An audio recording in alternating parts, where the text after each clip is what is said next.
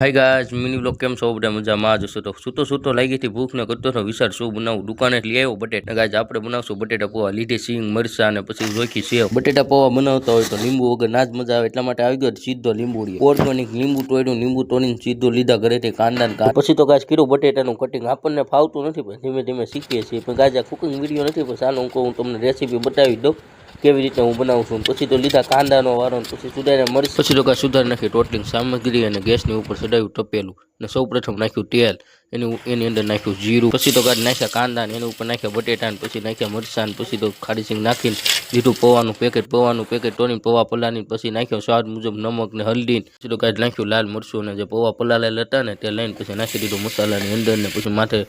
સ્વાદ મુજબ નાખ્યું લીંબુ ને ભભરાવી માથે સેવ ને પછી આપણે લીધો બટેટા પૌવાનો ટેસ્ટ ને ખરેખર આવી ગયો મજા ખાવાની તો બસ આજ માટે એટલું છે. મિલતે નેક્સ્ટ વિડીયોમાં તબ તક કે લીએ બાય બાય. ચેનલ પર નવા હો તો કરી નાખજો સબસ્ક્રાઈબ. Bye bye.